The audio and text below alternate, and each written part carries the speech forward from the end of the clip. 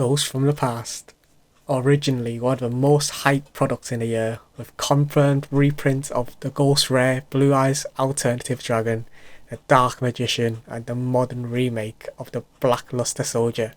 As well as there was leaks of Ghost Rare Dark Magician Girl being one of the last Ghost Rares, as well as the anticipated Dragoonity structure deck being in here with an ultra rare rarity upgrade. So absolutely one of the most hype beast products this year. Alright, with that in mind, let's move on to opening these final 3 boxes of Ghosts from the Past. Will these final 3 boxes be able to redeem the set from reaching the peak of the worst set that we've opened in 2021? Let's find out. The reason why this is the worst set is because what we actually got was probably neither Ghost or from the past, because the final 2 Ghost Rares was Firewall Dragon and Crystal Wing Synchro Dragon, which was odd choices because Firewall's pretty modern and Crystal Wing was... everyone was expecting that to be in the next Legendary Duelist set. There was barely Ghosts because the Ghost Rares was there, but it was less than 1 a case, meaning that if you want a certain Ghost Rare, your chances of getting it was less than 1 in every 5 cases, which to be fair would have been alright if the rest of the set was good. But then Ghosts from the Past, I was to be fair expecting maybe something like a zombie reprint or like a vampire reprint with, you know, like reprints of old nostalgia archetypes that was overlooked. And what we actually got was a load of reprints of modern fillers, which is kind of unexpected because as a reprint set, this should have had a lot of, you know, modern meta cards that are really highly priced at the moment to help bringing them down in price so they are accessible to the players so they can now grab copies for a lower price to play in the decks. And thanks to that, therefore you can probably tell the market's probably not had a great reaction to these cards other than the Ghost Rares. Towards the end of this video, we'll have a look at how the prices of this set has settled down now that loads of cases have been cracked open, and we can see, you know, how the prices are doing. It's one of probably the main reasons why I haven't put the price counter on the top right corner of the screen in this video like the other videos I've been doing, is simply because most of the cards that we're going to be pulling today, probably, like for example Terror of Trishula, is probably worth bulk money. So therefore there's just not really any much of a point, as there's not really particular star cards I want to highlight. And with this Starry Night Sky, we have come to the end of our first box. There was nothing notable in our first box, so hopefully it gets a bit more exciting in our second box and our third box coming up.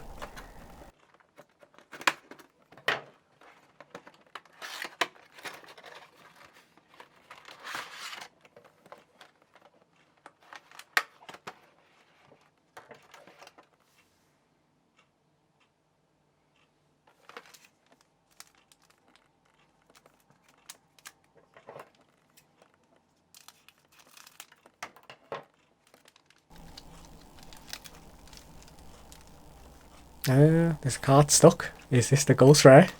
It's promising.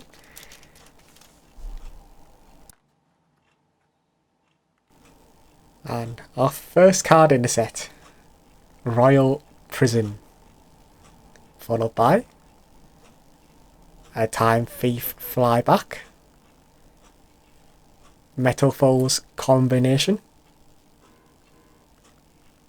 another Terror of Trishula, definitely not a short printed card, and our final card is a fusion, so unfortunately not a Ghost Rare, but it is a Meteor Black Comet Dragon.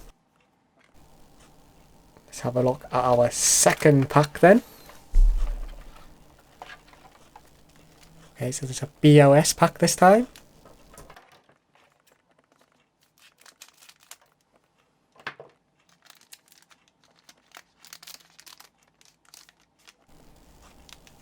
Checking out, there's nothing stuck in there this time, you know, in case there's a Ghost Rare.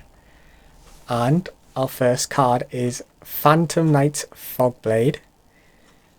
A Mask Change 2, again one of very common cards in this set. Resonator Engine. The Monarchs Erupt. And our final card, Effect. And it's a Starry Night Ryle. At least it's above £1 card. And here we are, last pack of the second box. Anything exciting in here?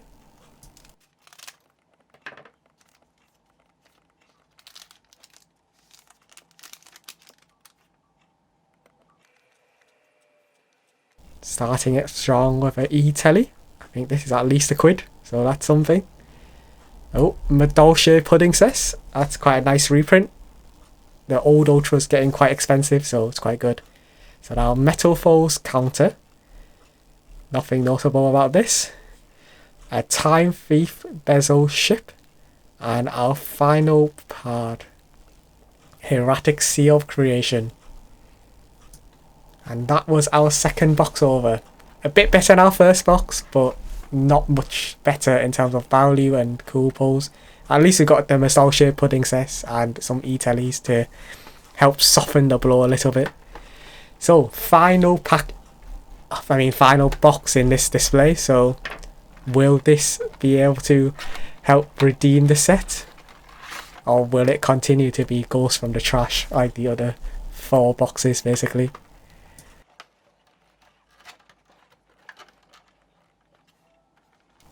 Let's start off with the Dark Magician pack again.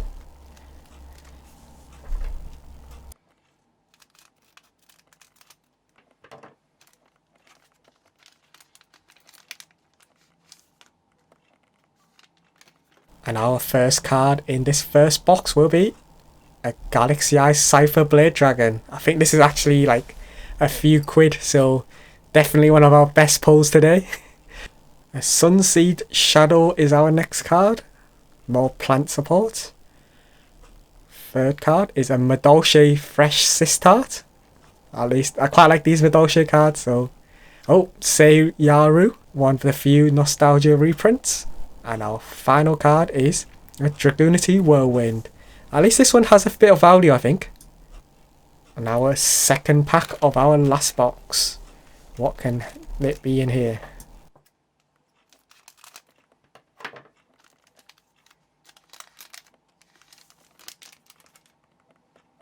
Starting off, another E-Telly. That's not a bad pull. I take it. I think it's at least £1. Oh, Fairy Tale Rochka. That's quite a cute one. Dragoonity Draft. And a Hieratic Seal of Convocation. And our final card is an Effect. And it's a Testalos the Mega Monarch. Cool reprint, but not worth anything. And our final pack of Ghosts from the Past in this display.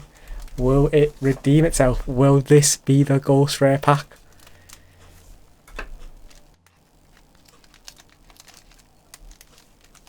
Okay, so our first card is going to be a Hieratic Seal of Supremacy, followed by a Phantom Knight Fogblade, a Metal Foes Silvered, not quite what we want to see, followed by a Danger Thunderbird. And our last card is a Link. Will it be BLS? It is not. But what it is a Sunfine Thrasher. Now that we've opened up the whole display, let's first have a look at what the 3 boxes that we've opened today are worth in terms of the cards we've pulled. So based on the cost of the display, these 3 boxes would have costed £40.47. The value of the pulls total up to about £9.20, with the bulk adding up to about £2.40. That means the total value of our pulls in this set was only £11.60, resulting in a total loss of £28.87, which is a big yikes. Let's have a look at how our pulls from our first video, where we've had a first look at the set, did over the weekend, now that the prices have settled down as more and more cases were burst open and the cards flood onto the market. So originally we made a loss around £13, which was about half the price of what we paid for the set. So did we manage to recover some of those losses with the price movements? And crikey, we've managed to make an even bigger loss now that prices settled down, because there's a lot of cards that now aren't even worth £1, and I usually take them out of my calculations. So I only include the card prices above £1 and include the rest as bulk. And when that's taken into account, I've only recovered £4.38, which is barely a fifth of the set. And that just shows the demand from the market regarding this set. If we exclude the ghost rares and have a look at what cards are still holding the £10 above value in this set, we have, yep, that is only one card, Dragoonity Remus, at about £12 or so. And the cards that are holding above £5, which, you know, usually most sets there's at least quite a few. Yep, that is only one, and that's evenly matched, holding around £8 or so. And then the cards are above £1, because we're getting pretty desperate for value here. So this time there's a bit more cards, such as Red Supernova Dragon and Galaxy Ice Cypher, hang around a couple of pounds, but the rest is still mostly about £1 to £2. So what about the rest of this set then? What kind of value are they holding?